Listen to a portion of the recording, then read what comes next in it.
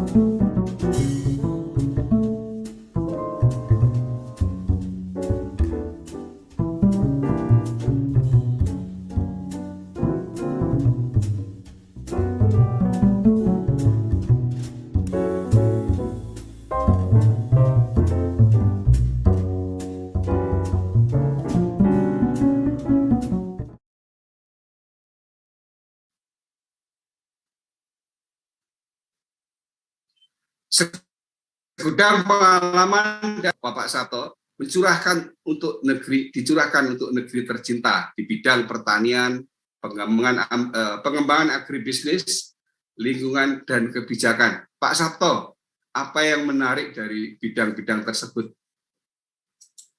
Terima kasih. Jadi kalau kita lihat di bidang pertanian, kemudian pengembangan agribisnis, lingkungan, bahkan di level kebijakan, banyak hal yang menarik perlu diperhatikan.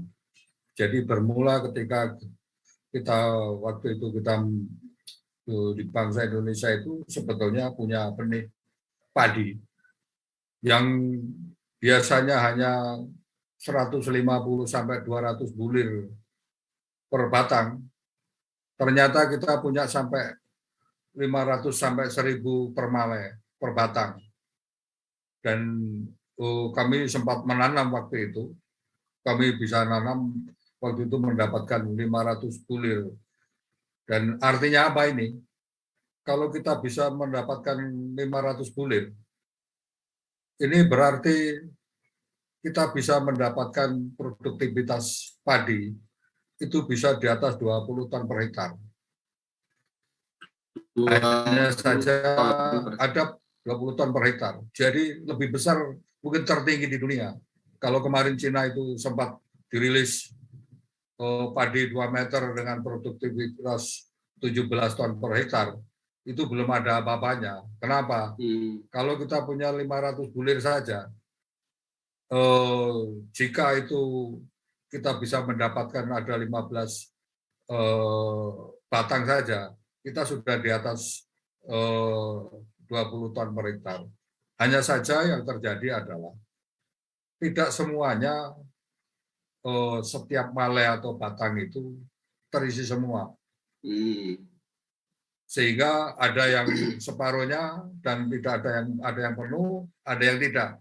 Ini yang menjadi permasalahan dan harus ditekuni di dalam penelitian itu harus disempurnakan. Dan yang terjadi adalah kenapa kita sudah mempunyai potensi ini tidak benar turun tangan dari berbagai perguruan tinggi untuk menyempurnakan padi yang ada. Kalau kita lihat di lapangan, yang 500 bulir ini yang sempat saya tanam, itu batangnya tebal, tidak rebah. Karena kalau lihat 500 itu cukup tinggi. Ini sebetulnya ini yang menarik, kenapa kami mendalami masalah pangan ini. Kemudian, nah ini sebagai tambahan aja, ada beras yang langka di dunia ini, dimiliki Indonesia, sesuai dengan bendera kita. Tahun 2006 itu ditemukan beras merah putih. Merah putih itu kalau gabah itu kita belah, itu menjadi beras. Di atas ada warna merah, bawah putih, seperti bendera kita. Ini ditemukan pada tahun 2006 di Candi Sewu ketika ada gempa Jogja itu. Yang ditemukan yang menarik adalah ribuan tahun itu bentuk beras ternyata masih bisa ditanam dan itu tumbuh. Dan saya sempat menanam ini.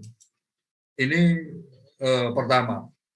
Yang kedua, di kita sendiri di Indonesia itu ada yang menemukan kedelai, membuat kedelai, tanaman kedelai itu sampai 3 meter. Sampai 3 meter tingginya ya? Sampai 3 meter. Dan itu sempat ramai dan dikunjungi, bahkan waktu itu saham Monsanto di Amerika sempat jatuh. Tetapi ini juga tidak ditindaklanjuti, tidak disempurnakan penelitian ini. Saya sempat tanam, saya hanya mendapatkan 95 cm. Rata-rata kedelai adalah tingginya hanya 60 cm. Saya hampir 1 meter mendapatkan ini dengan teknologi yang dengan bioteknologi. Dan itu hasil sudah 5 ton. Dan 5 ton ini cukup tinggi kalau kita bandingkan dengan berbagai negara. Ini kita punya kedelai itu. Ini yang menarik kedua. Yang ketiga adalah jagung.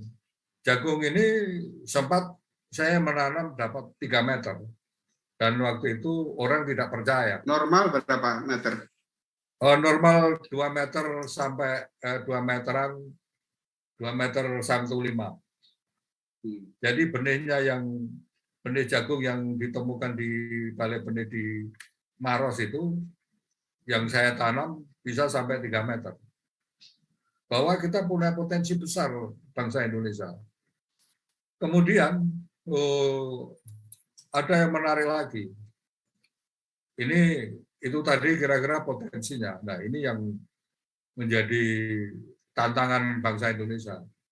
Di peternakan, perikanan, ini pakan yang menjadi faktor penting, harganya tinggi sekali. Harganya tinggi. Sehingga apa? Ya, daya saing kita lemah di sini. Saya waktu itu kira-kira pergi ke berbagai perguruan tinggi, ketemu berbagai ahli, kira-kira saya beri tantangan. Dapatkah pakan daripada ternak itu diturunkan? Dari mulai sapi, ayam, sampai ikan. Jawabannya adalah sampai sekarang belum ada yang bisa menurun. Secara industri itu besar, itu masih harganya bertengger tinggi sekali. Nah, ini yang sehingga ini yang menghambat daripada mensejahterakan petani kita. Kemudian selanjutnya, yang kelima, ini dari masalah lingkungan. Pemanfaatan pestisida dan pupuk kimia, ini kebutuhannya terus meningkat. Dan ini akan membawa masalah lingkungan juga bagi kesuburan tanah ini juga akan berkurang. Berpengaruh ya. Dari sini kira-kira ternyata ada teknologi yang bisa mengurangi itu, meminimalisir itu. Pestisida itu ada pestisida hayati. Dan ini sedang saya coba kembangkan, mudah-mudahan berhasil. Kalau ini bisa menangani dengan penanganan pestisida hayati ini bisa menghasilkan hasil baik, ini barangkali di masalah lingkungan kita akan sangat tertolong sekali. Kemudian di pupuk kimia kalau kita ingin meningkatkan produksi tinggi, paling bisa kita akan kurangi. Dan kita belum menemukan keseimbangan dari pertanian ini untuk tidak memakai pupuk kimia. Tetapi pengurangan dengan bioteknologi itu memungkinkan. Kemudian selanjutnya, ini saya berdiskusi dengan beberapa ahli. Ini ada keterbatasan ahli-ahli kita, baik di pertanian, perikanan, peternakan, dalam mencari solusi dari permasalahan tersebut di atas. Apalagi kalau masalah-masalah tersebut akan nanti menyangkut masalah politik pertanian, masalah-masalah sosial pertanian. Kemudian juga membangun sinergitas antar bidang ini. Ini juga akan menjadi tantangan dan kendala di lapangan. Ada fenomena menarik, itu fenomena bawang merah di Brebes. Ini masalah kalau kita ini kan sebetulnya bisa saja itu nanti masalah cukup kompleks, bukan hanya nanti di politik pertanian, itu juga ada masalah ekonomi, kartel di situ. Bawang merah itu di Brebes itu ada 30.000 hektar.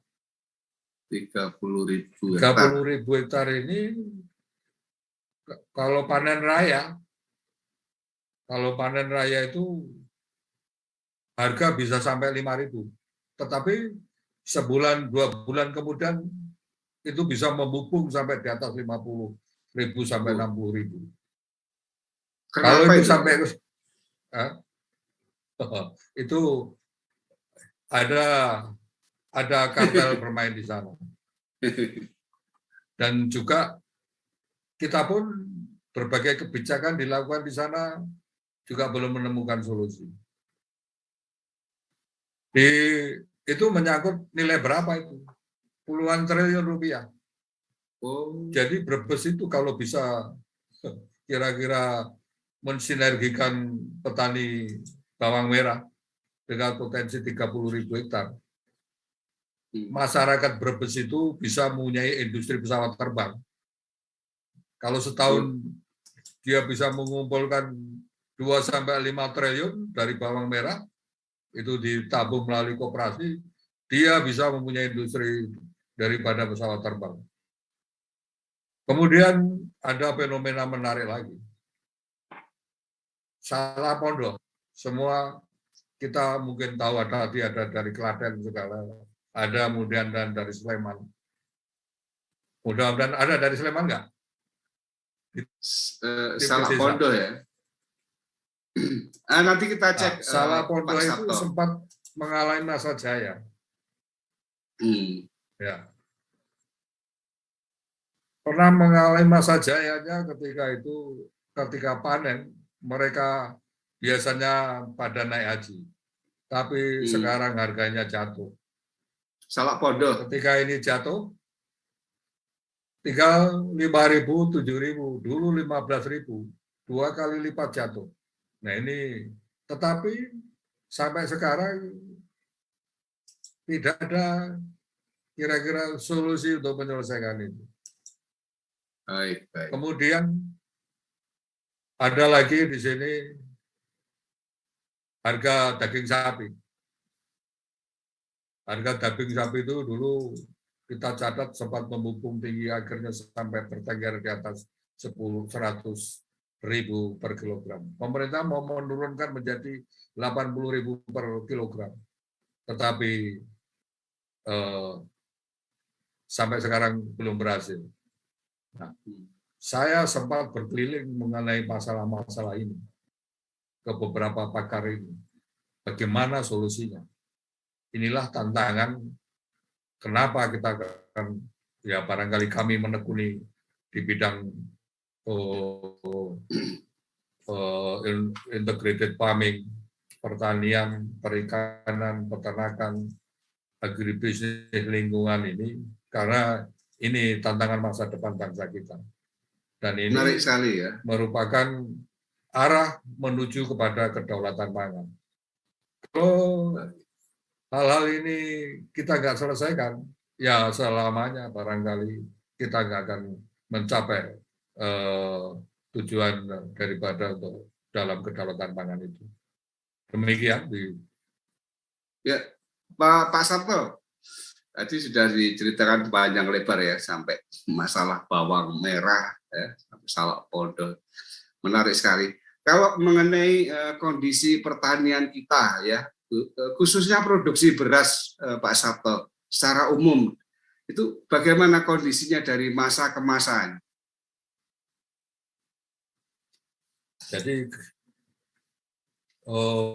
sejak Indonesia merdeka sampai saat ini kita masih berkutat kepada masalah swasembada pangan.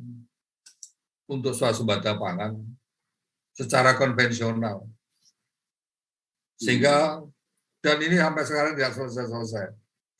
Padahal kemajuan teknologi pertanian di luar negeri semakin pesat. Mulai dari memerankan mikroba dalam pemenuhan kebutuhan nutrisi tanaman atau penyuburan tanah, penerapan bioteknologi itu tahun 2016. Itu ada seorang guru besar dari Institut Pertanian Bogor. Dalam orasinya bagaimana beliau memperkenalkan bioteknologi ini, dan ini sudah dilakukan di beberapa negara ASEAN. Di luar negeri sudah mulai pengembangan pertanian, tidak masih kayak di kita ini. Sudah dilakukan terkait dengan asam humat. Asam humat ini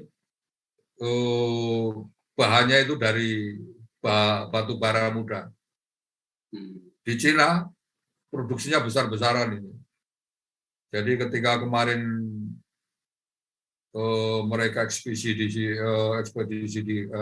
kira-kira mencoba masuk ke pasar Indonesia, saya sempat ketemu. Dan kita bahan baku kita banyak, berlimpah, batu bara muda. Asam humat ini untuk memperbaiki tanah, meningkatkan KTK, jadi kapasitas kation. Jadi akar itu kalau mau menyerap tanaman itu, hara itu, kalau yang tadinya itu hanya kapasitasnya terserap hanya 30%, ini bisa meningkat, bisa sampai 50-60%. Dengan menggunakan batu bara muda itu, Pak? Batu bara muda. Tetapi masalahnya sampai sekarang belum ada yang ngolah itu. Padahal kira-kira 100 miliar itu sudah cukup bisa mengolah itu. Indonesia punya dana besar, tapi kenapa tidak memproduksi asam humat? Kalau ini kira-kira negara turun tangan mau mengolah asam humat ini, dijual dengan murah, saya yakin petani juga akan sejahtera. Artinya apa? Padi, tanaman-tanaman kita akan tumbuh subur. Lebih daripada yang saat ini caranya. Kemudian diproduksi padi beras. Kita selalu kira-kira statement-statement yang keluar adalah kita surplus beras. Ya. Tetapi betulkah itu? Kemudian pernahkah ada yang mengaudit bahwa produksi beras itu sesuai dengan apa yang keluar dari statement-statement itu. Kemudian selain itu, besaran daripada konsumsi kita beras itu berapa sebenarnya? Ini yang perlu disinkronkan. Sehingga apa? Jangan-jangan nanti bilang surplus setiap hari ternyata kita harus impor lagi. Inilah problem di bangsa kita. Baik, Pak Sabto, kita tayangkan ya mengenai itu. Sebenarnya saya tadi kan menanyakan nih, selama ini yang saya dengarkan bahwa Indonesia sudah surplus beras, tetapi pada akhir Agustus 2021 sempat ada berita Indonesia impor beras. Apakah benar Indonesia impor beras? Sekalian ini akan ada gambar data-data yang kita mintakan dari Pak Sabto. Silakan Pak Sabto. Oke, jadi kalau kita lihat, coba ada data yang ini, coba ditayangkan. Sudah, ini sudah. Oke. Januari sampai Juli. Dari data itu kita lihat ini sempat ramai di DPR. Indonesia impor beras 41.600 ton. Senilai 18,5 juta dolar. Kalau kita kursnya kita ambil misal 14.500, itu sudah 268,25 miliar. 268,25 miliar. Ya. Ini sementara pihak ada yang bilang, wah itu kecil katanya impornya. Jangan sepelekan angka ini. Kenapa? Dampak psikologi impor saja itu sudah menyebabkan petani kita harga beras sudah turun. Dan ini ada salah satu fenomena menarik. Dan ini ada suatu modus operandi yang tidak baik dari orang mempermainkan harga di lapangan. Pernah suatu saat di Brebes itu panen raya bawang merah. Kemudian didroplah bawang 2 truk, 3 truk ke pasar di Brebes dari Bima sana, bawang merah baru. Harga langsung turun di Brebes. Ketika turun jadi 5.000 per kilo. Diboronglah itu oleh para tengkulak itu. Simpan 1 bulan, karena ada alat penyimpan ininya, lebih canggih ini. Sebulan kemudian sudah menjadi harga 50.000, 40.000, 50.000. Membumbung tinggi. Nah ini juga demikian. Kadang-kadang orang pada menyepelekan, wah hanya sekian. Tidak, itu jangan kita sepelekan. 41 ketika itu impor. Petani belum sejahtera. Kecuali kalau petani sudah sejahtera, ya nggak masalah. Karena selama ini petani hanya hidup dari sawah saja, hidup dari padi. Sampingan lain minim sekali. Ini yang terjadi di kita. Jangan pikir 41.000 itu nilai yang kecil. Kemudian kalau kita urai lagi, angka daripada 268 miliar ini, kalau kita bagi 41.600 ton, kita mendapatkan harga per kilo beras 6.408. Harganya murah. 448 ya. Harga di kita berapa? 10.000, 12.000 per kilo. Taruh 10.000 saja. Ini kira-kira sudah akan dapat kira-kira 100 miliar. Nyari 100 miliar tidak mudah. Dan ini apa? Ini bisa disalahgunakan yang demikian ini. Jangan dipikir ini sepele, tapi ini dampaknya luas. Apa yang terjadi ikutan yang ada di 260 miliar ini? Nyari uang 100 miliar itu tidak mudah. Tuh. Ini pada bulan Januari, Juli, periode Juli kita impor sekian. Mudah-mudahan bulan-bulan selanjutnya sampai akhir Desember 2021 tidak ada impor lagi. Mudah-mudahan. Saya berdoa. Mudah-mudahan. Ya. Karena apa? Kalau itu ada, katanya kan surplus. Ketika bilang surplus, kemudian ada impor lagi, ini kan menyakitkan petani. Kemudian selanjutnya pada tahun 2020, coba di. Oh, ya. Total produksi beras sebesar 31,33 juta ton, Pak Sabto ya. Ya, jadi ini laporkannya produknya sekian. Konsumsi 29,37 ton. Ini dari beberapa 29,37 ton. Ya, dari beberapa statement yang kita ini kan. Kita surplus 1,9 ton, juta ton. Ini tadi yang kami sampaikan dari tahun ke tahun. Statementnya surplus. Namun apa yang terjadi? Sepanjang tahun 2020, impor beras kita adalah 356.000 ton lebih. Nilainya berapa? 195,4 juta dolar. Nah, ini kalau kita cari harganya per kilo, harga impor per kilo 7.900 per kilogram. Iya. 52 per kilogram. Ini tahun 2020. Bagaimana tahun 2019? Produksinya kira-kira 31,31 juta ton. Hampir sama dengan tahun 2000. Konsumsinya juga hampir sama. 20, ya. Surplusnya berapa? Kira-kira 2,31 juta ton. Namun impornya berapa? 44.000 ton. 440.000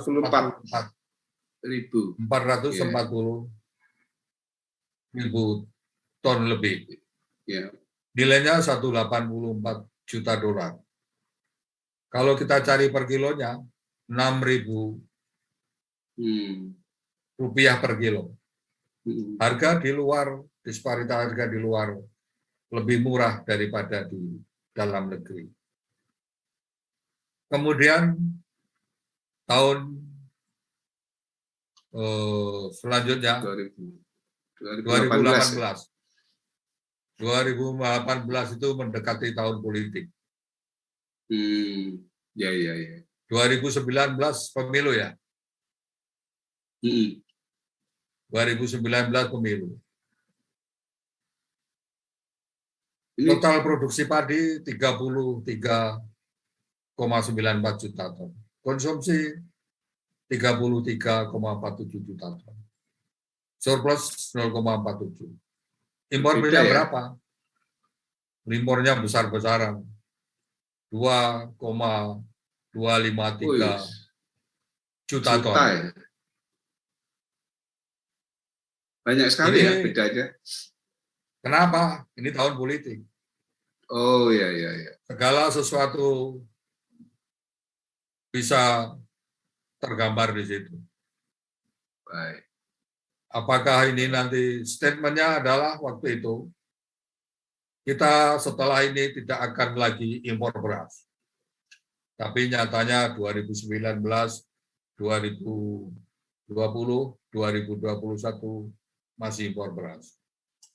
Harganya berapa? Tahun 2000 6.670. Ya antara 6.000 7.000 harga beras impor. Jadi pedagang beras bisa kaya. Jadi kemudian kalau kita lihat begini ini, jadi yang benar yang mana kan gitu?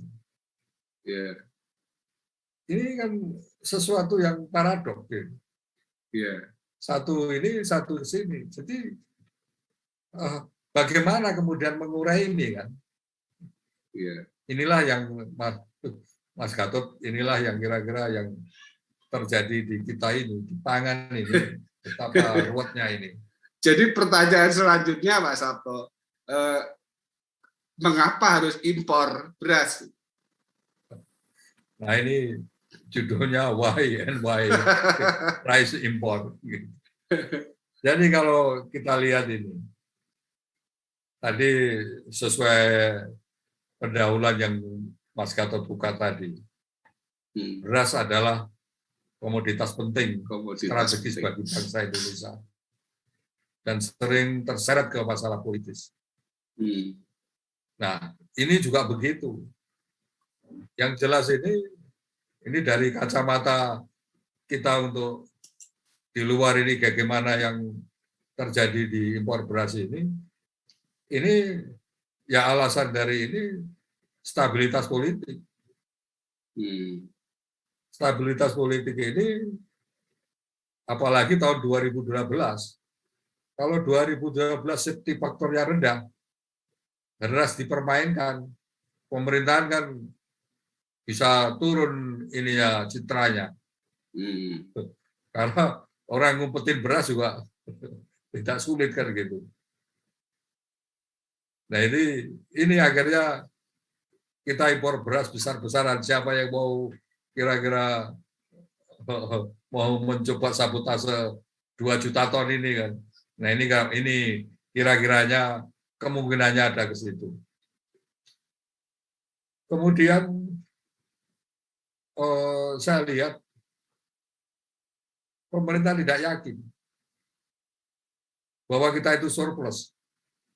Apakah itu? Kenapa? Karena kita surplus tetapi impor. Ini kan berarti tidak yakin. Ini yang ya, ke depan saya pikir hendaknya kita sudah harus akhiri yang demikian ini. Kita harus, karena apa? Ketika kita tidak bisa bicara masalah akurasi data, kemudian ke depannya selamanya kita akan diawang-awang terus. Kemudian juga ada di sini disparitas harga. Harga beras impor dan dari impor dan dalam negeri. 6.000 sampai 7.000 harga dalam negeri, bisa 10 sampai 12.000 di pasar. Dari situ kira-kira ada nilai lebih di situ. Itu yang menarik karena akan menyangkut ribuan ton. Ya sekarang kan untuk jadi kepala daerah aja kalau perlu modal miliaran kan. Nah, kalau gubernur bisa 100-an miliar, bupati bisa sampai 20 sampai ini misalnya. Ini ada beberapa kepala daerah kalau bercerita kira-kira kan ada modal-modal itu. Jadi kalau 41.000 ton tadi itu bisa untuk modal kepala daerah itu. Kalau dapat impor itu. Dan kita ingat waktu itu sapi pernah dipermainkan di situ, kemudian ada yang tidak kemudian menjadi masalah di situ karena ada disparitas harga. Di situ ketika ada disparitas, ada orang yang akan mengais keuntungan memanfaatkan angka tersebut. Dan ini kalau saya berharap mudah-mudahan tidak ada yang menyalahgunakan wewenang terhadap disparitas harga ini. Ini kalau kita mau mencoba mengurai kenapa kita impor beras itu, ya antara lain apa yang saya sampaikan tadi, Mas Gatot. Baik, cukup ya Pak Sabto ya? Ya. Baik, kalau begitu menurut Anda adakah solusi mengatasi impor beras Pak Sabto? Jadi ini kalau ada kita mau data-data tayangan foto yang akan disampaikan Pak Sabto ya. Ya. Gimana Pak Sabto? Jadi yang pertama itu kita harus ini dulu, audit tadi. Sebetulnya kita produksi real kita itu berapa beras itu? Konsumsi kita berapa? Kalau itu tidak jelas, solusinya juga tidak jelas. Kalau itu sudah jelas, kira-kira produksi itu yang sebenarnya terjadi, oh sekian. Kita tinggal berarti akan bicara masalah teknik. Sesuatu bilangan angka-angka yang realistis. Tetapi kalau dari sini, nah sekarang tadi, data tahun 2018, katanya surplus 0,45 dari data yang saya peroleh. Ternyata impornya 2 juta. Nah, sekarang kita harus mulai dari sana. Audit dulu, kita punya lembaga audit. BPK misalnya turun, berapa benarnya? BPS turun, cocokkan dengan Kementerian Pertanian, produksi di lapangan. Dan kebetulan ini ilmu saya, Mas Gatot.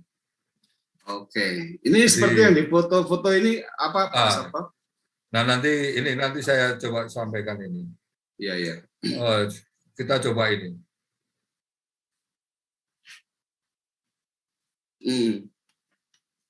Dari foto yang pertama. Ya, foto pertama ini. Yang pertama ini. Jadi kalau kita mau integrated farming, ini ada padi. Ada padi. Ada kolam ikan. Ada bebek. Ada bebek. Ada bebek. Jadi kalau kita lihat di sini, ini satu lahan sawah ini, tadinya sawah. Ada berapa komoditas di sini? Ada bebek, ada ikan, ada padi. Lahan ini kosong. Ini ceritanya ini. Kalau kita mau integrated farming, kolam ini punya fungsi yang pertama untuk kolam ikan, budidaya ikan. Yang kedua, kira-kira hama tikus itu nggak akan masuk ke sana. Barrier terhadap hama tikus. Nggak ada kira-kira ketika hama tikus itu kita bisa menyelesaikan sampai sekarang sulitnya setengah mati. Kemudian hama serangga, orang penggerek batang. Kalau di atas saluran ini kita kasih lampu UV kalau malam, serangga itu dari padi ini pada terbang kemari, jatuh kemari dimakan ikan. Ini salah satu solusi. Kira-kira ketika kita akan menerapkan integrated farming, kita bisa mengurangi daripada hama yang akan menyerang pengendalian hama bagi tanaman padi.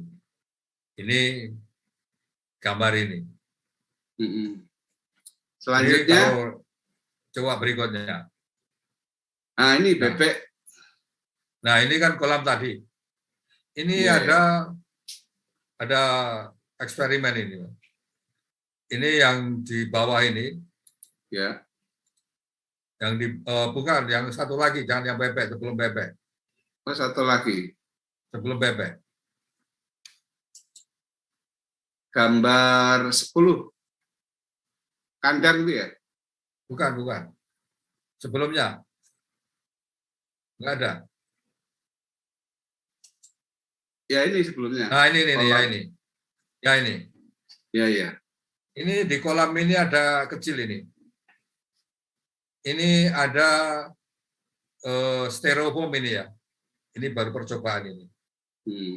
Ini yang namanya kita mau mencoba aquaponik. Aquaponik ini perpaduan antara aquaculture dengan agroponik, dengan hidroponik. Ya kan. Ini padi kita tanam di atas rakit. di atas rakit itu ngambang ya? Ngambang.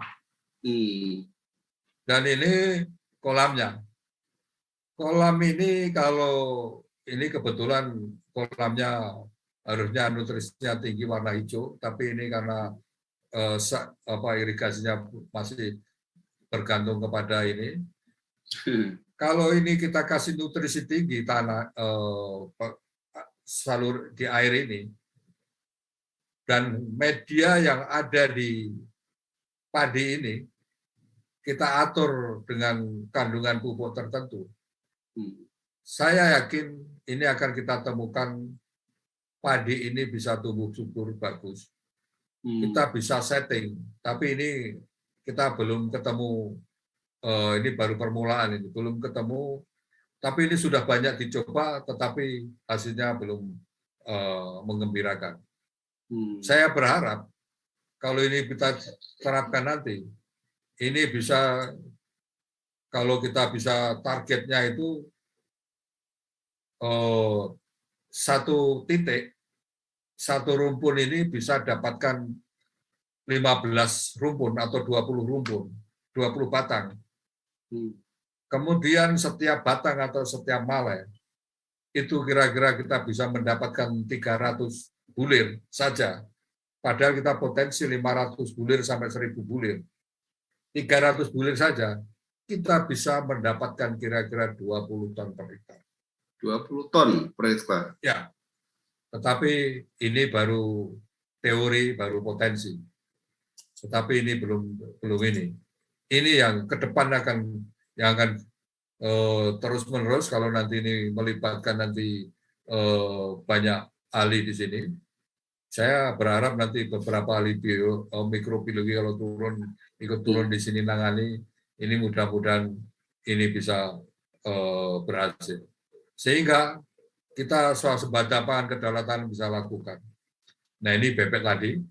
Bebek. Terus lanjut. Gambar. Nah, bebek ini ada gambar. Nah ini. Ini rumah jamur ini. Oh, itu rumah jamur ya? Ya, di dalamnya jamur ini. Ini kumbung namanya. Rumah jamur itu kumbung. Satu kumbung ini ukuran 4 meter kali 8 meter.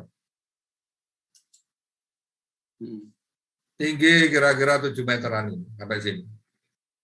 Itu bisa menghasilkan per bulan, kalau kita budidaya jamur merang, bisa 5 juta sampai 7 juta per bulan. Jadi kalau 7 juta ya, kalau Anda punya 10 kumbung, kali ya. Anda kalikan, perlu lahan berapa? Perlu lahan 4 kali 3, 32 kali 10, 320 sampai, nggak sampai ya kira-kira 500-an meter persegi.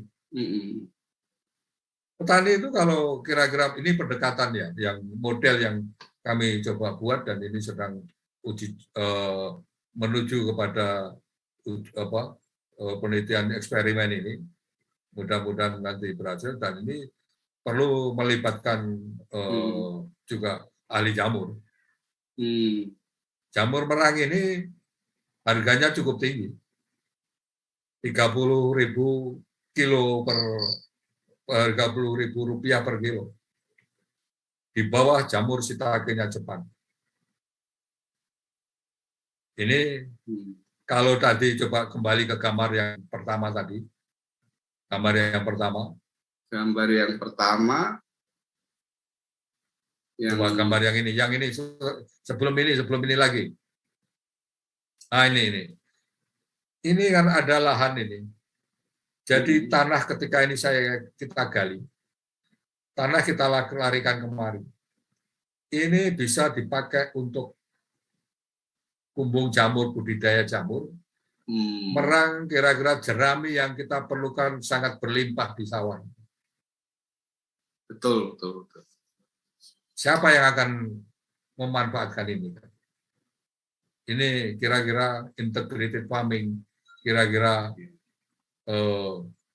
bagaimana bisa dengan lahan 1 hektar atau berapa, kita bisa optimalkan dengan beberapa komoditas sehingga mendapatkan hasil yang optimal.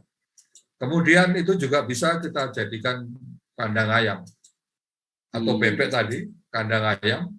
Ini juga bisa kita buat ayam, budidaya ayam. Kalau kita budidaya ayam petelur, ataukah bebek petelur, satu butir telur itu harganya 2.000 misalnya. Kalau Anda punya 30 hari berapa? Sebulan berapa? 60 juta. Inilah kira-kira pendekatan dari optimasi lahan untuk integrated farming ini cukup menjanjikan.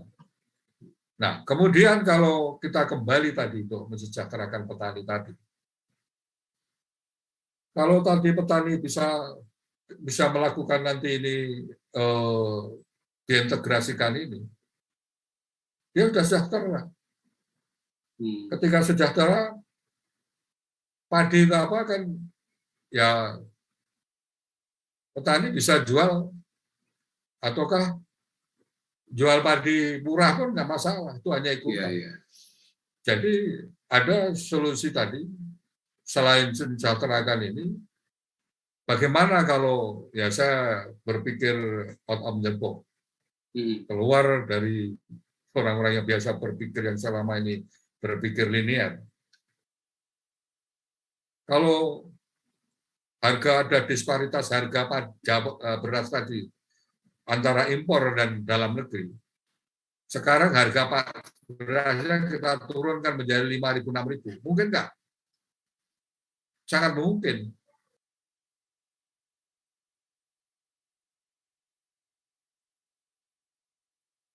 Integrated farming ini, dan kita bisa jual beras dengan harga murah.